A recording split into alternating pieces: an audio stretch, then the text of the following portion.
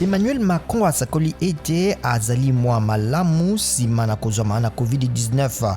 Président Donald Trump atombeli lobiko ya lombango po ye moko pe abikaki na bokono boye. Pierre Buyoya, mokonzi ya kala ya Burundi, akufi lobi loleki na COVID-19 na Paris. Akomi mokonzi ya mibale ya kala ya Burundi ya kukufa na bokono boye nsima na Pierre Nkurunziza.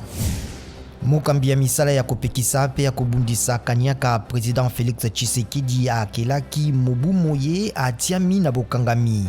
Ghislain Kikangala ayanolaki na parquet ya cour d'appel ya Matete pona $1 million koto misato basali ya APLC bazwaki na anketi bazalaki kosala na Access Bank.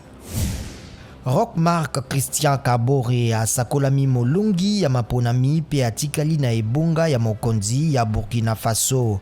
France epesi ye losako nsima na Conseil constitutionnel kondima ete alongaki na koleka 57%.